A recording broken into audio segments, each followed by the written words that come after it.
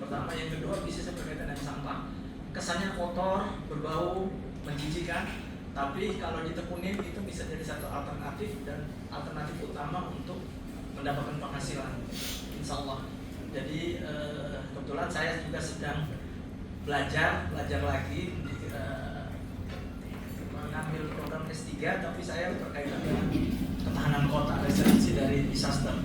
Nah, sampah ini salah satu jenis sampah kalau yang tidak ditangani secara baik itu akan mendatangkan bencana yang sangat besar dan sangat berdekatan dengan kehidupan kita sehari-hari. Untuk itu saya secara pribadi memang concern terhadap, sehingga banyak sekali sekarang pemikiran atau konsep-konsep di luar Pak yang berkaitan dengan sampah ini.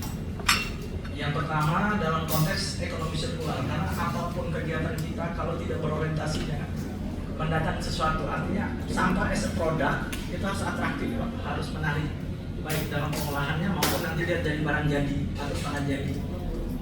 Nah, saya kebetulan juga sedang bekerja sama teman-teman dalam penelitian mereka sudah selesai dari dokter di IPB itu mengelola sampah yang 3 layer Pak. Jadi di plastik itu saset itu Pak. Saset itu ternyata dia tuh sangat berbahaya karena tidak mudah terurai. Nah, dia itu teman saya itu ya meneliti tentang itu Pak. Nah, kita sementara karena yang belum terurai itu kita converse Pak buat jadi gantungan bagasi. Jadi kita nganyam Pak. Nganyam model ketupat, jadi kita converse ke beberapa model yang lain. Ada yang kita udah lihat tas dan segala macam. Jadi sangat dibutuhkan kreativitas Pak. Nah, dalam keseharian kita berurusan sama, tadi kan saya bawa Pak Hendra untuk itu kita berhubungan sama sampah organik Pak. Nah, izin karena tujuan dari FGD ini Pak, salah satu outputnya nanti apa yang bisa kita support. Yang pertama saya lompat dulu, kita nanti insya Allah kita juga bisa jadi satu arena Pak untuk dikerjasamakan mengambil bahan atau material atau juga bereksperimen Pak. Kebetulan saya punya satu area kecil di sini, ada area namanya creative compound, itu bisa dimanfaatin untuk bekerja sama. Silakan Pak dimanfaatin atau mau tanam pohon kambing atau vertical garden, silakan. Jadi saya silakan untuk dieksplorasi Pak, untuk dieksplor. Yang kedua, saya sedang bekerja sama panggilannya Ibu Sri, saya lupa PT-nya. Jadi dia itu sudah mengelola limbah domestik kita ya Pak. Dekomposisi itu akhirnya jadi bahan bakar Pak, jadi biogas. Dan sudah dipraktekkan di daerah Jakarta Timur, bekerjasama sama Pak Wali Kota Jakarta Timur. Insya Allah nanti kalau berkenan nanti saya juga akan memfasilitasi beliau untuk karena waktu saya dapat undangan agak mepet, jadi saya mengkonfirmasi beliau untuk saya pernah hadir untuk berbagi. Dan dia membuat pelatihan banyak sekali. Salah satu tempat pelatihan yang sedang nanti kita rancang itu saya punya unit satu pelatihan di atas Pak, di GCR Pak, di Grand Cempaka Resort daerah Cipayung. Nanti mungkin juga bisa kita bekerjasama untuk manfaatin pelatihan di sana, sekalian dimanfaatin untuk praktek Pak. Jadi tadi saya kembali lagi bahwa materi ini kenapa urgensinya, persoalan tadi disampaikan oleh Pak Ketua tadi yang membuka acara itu kurang lebih kan 8.000 ton. Ibu ngebayang nggak 8.000 terus dia harus terabsorb, terurai dalam berapa hari dan berapa tahun. Jadi kecepatan intake, kalau kita bilang kecepatan datangnya sampah sama kecepatan terurainya itu sangat jauh. Nah, itu pasti akan berpotensi. Yang kedua, dari semua sistem TPS subsistemnya itu juga tidak akan tempat Pak. Kita sekarang lihat analogi kasus yang sederhana antara kematian dan kelahiran. Sekarang pemakaman kita kan udah penuh. Itu dalam skala yang berbeda Pak, tapi case-nya sama. Bahwa kelahiran, intake, artinya input masuk sampah itu sudah banyak. Secara teori, secara itu banyak sekali penelitian tentang itu Pak. Tapi saya cuma mengajak secara mungkin secara agama juga contohnya oleh Rasulullah, kebersihan dan segala macam itu kan juga bagian dari iman kita. Jadi kita peduli dengan sesuatu yang menghalangi jalan kita, batu, kerikil, sampah, itu juga bisa bagian dari amal ibadah kita. Jadi saya pikir sudah tepat Bapak kita mengambil pilihan untuk mengolah sampah sehingga kita bisa ada wujud nyata dari NU mendengar itu untuk kota kita tercinta Jakarta. Jadi banyak sekali Pak, ini saya ada data ini Pak, kurang lebih Jakarta menghasilkan 7.500 ton sampah Pak. Ya, 50-60% adalah sampah organik yang food waste. Jadi kalau kita Pak izin di Tapia itu ada dua Pak, ada makanan yang sisa. Makanan sisa itu bukan makanan yang tidak termakan. Nah itu dimanfaatin, ada kita bersama-sama satu badan itu dimanfaatin untuk kepandi Pak. Jadi insya Allah juga nanti kalau ada yang berkenan nanti kita bekerjasama. Jadi mohon izin bukan makanan sisa, tapi makanan tidak termakan. Karena kita ada kewajiban atau keharusan karyawan itu tidak boleh ikut makan di situ. Karena akan berpotensi fraud ya Pak. Fraud itu misalnya gini, kenapa lu makan itu kok saya nggak dapat atau sebaliknya gitu.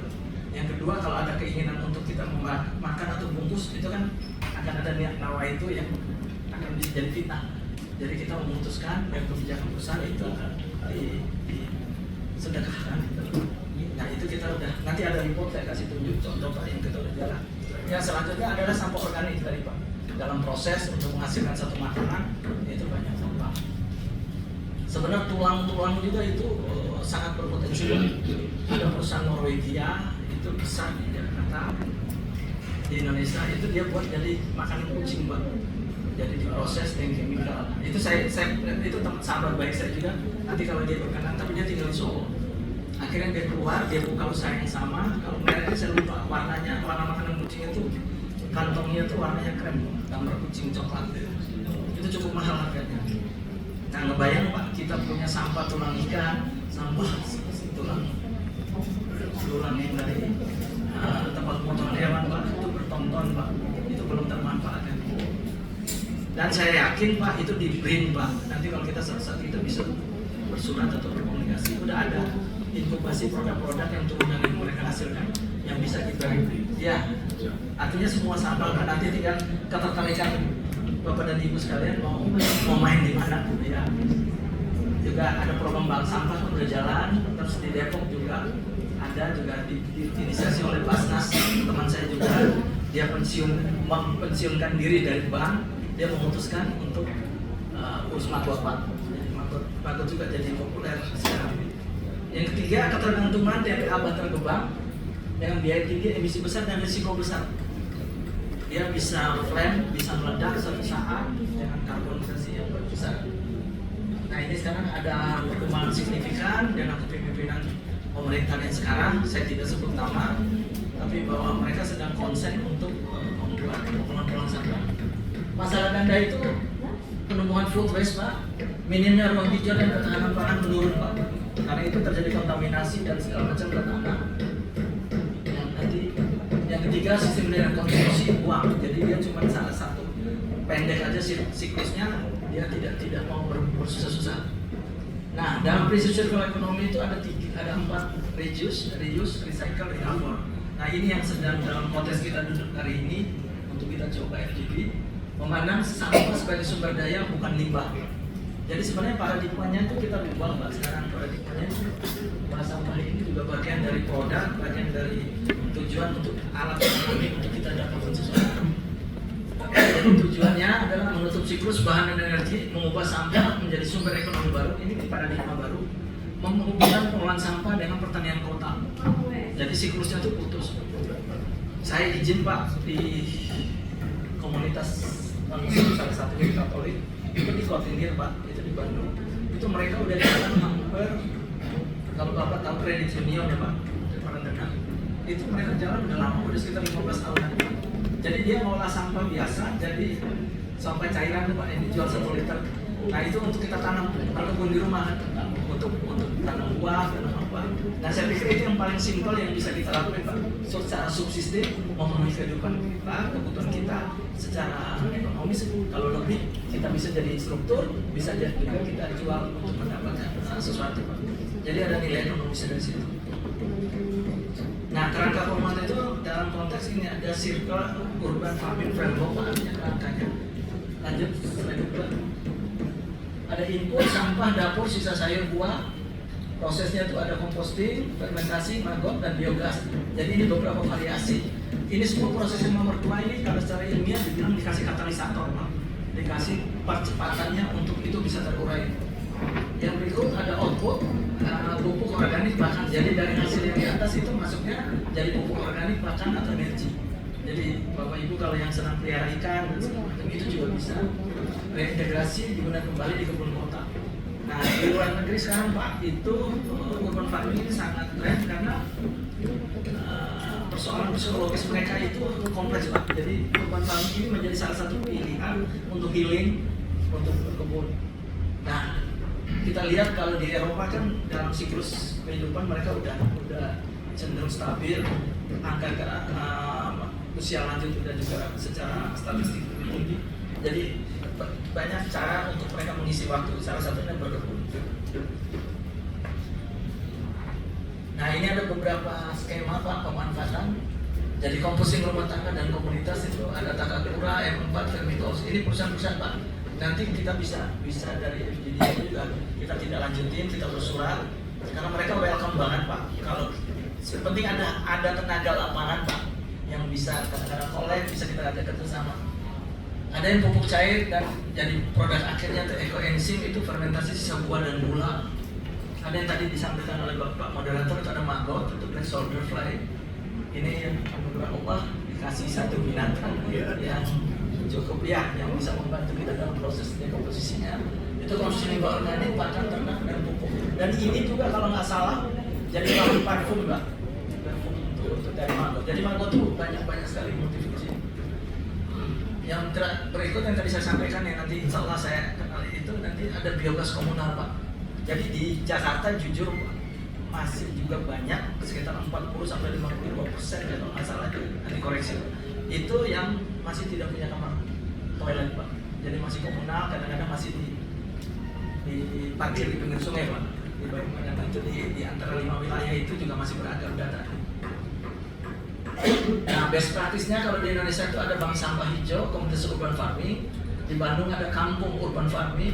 Surabaya ibu rumah tangga pengolah kompos. Internasional itu di Korea, soalnya itu ada food waste based system. Jadi mereka ada sistem.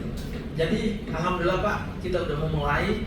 Nanti suatu saat kan kita juga punya target Pak. Kita mungkin punya sistem yang berbasis energi, berbasis kita. Yang ini dia punya food waste based system. Artinya buat sampah itu menjadi sesuatu yang menarik, ada nilai uangnya sehingga orang tergerak untuk dibagi bantu. Jadi tadi saya sampai apapun produk yang kita buat harus menarik sehingga menjadi daya tarik buat kita sendiri untuk bekerja atau untuk memanfaatkan. Singapura itu ada food waste to energy. Tokyo itu ada 5 restoran untuk bagi petani lokal. Mereka banyak sekali aksi individu kalau kita lihat di YouTube atau di televisi. Kalau di Jepang itu ada yang bereksperimen ya. Mungkin karena mereka pandangannya mungkin nggak muslim ya Pak. Mereka kan ada yang bereksperimen di hutan.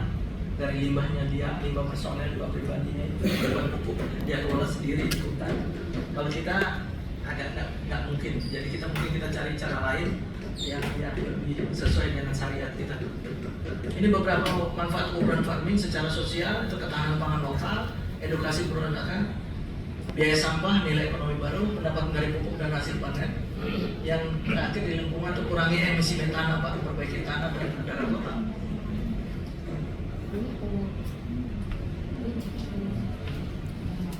Nah, ini saya menyambung menambahkan juga terima kasih Pak dari Tore yang ada. Yang pertama itu mewujudkan pengelolaan jadi sampah organik ramah lingkungan berbasis biokonversi maggot dan urban farming. Mungkin nanti Pak Arjo bisa membantu dari pengalaman dari teman Jakpro sebenarnya kalau udah datang itu mereka juga kemarin membuat urban farming ya vertikal garden untuk itu. Menjadikan pesantren dan majelis taklim serta komunitas sebagai pusat edukasi lingkungan, ekonomi sirkular dan penguatan moderasi berguna. Saya kebetulan Pak dalam skala kecil juga ikut dari pengurus masjid di lingkungan saya tinggal. Dan sekarang itu saya sedang mendorong Pak, terutama dari sisi tenaga kerja. Misal kita di kompleks Pak, kita pernah nggak kepikir data AC itu ada berapa Pak? Siapa yang merawat AC kita di lingkungan RT kita? Yang lebih besar RW. Nah itu teman-teman kita kalau kita berbasis DKM Pak, berbasis masjid, itu bisa kita Pak. Saya fasilitasi nanti ada pelatihan untuk teknisi AC sehingga dia ada pilihan Pak untuk merawat. bukan masalah perbaiki AC-nya, tapi dia masuk ke area rumah kamar pribadi kita dan kita rasa aman. Itu yang kita jual. Nah, kenapa saya ambil basisnya masjid? Karena kita harapkan dengan nilai-nilai yang ada di agama kita maupun di masjid itu bisa menebalkan atau menjadi bekal mereka. Jadi banyak Pak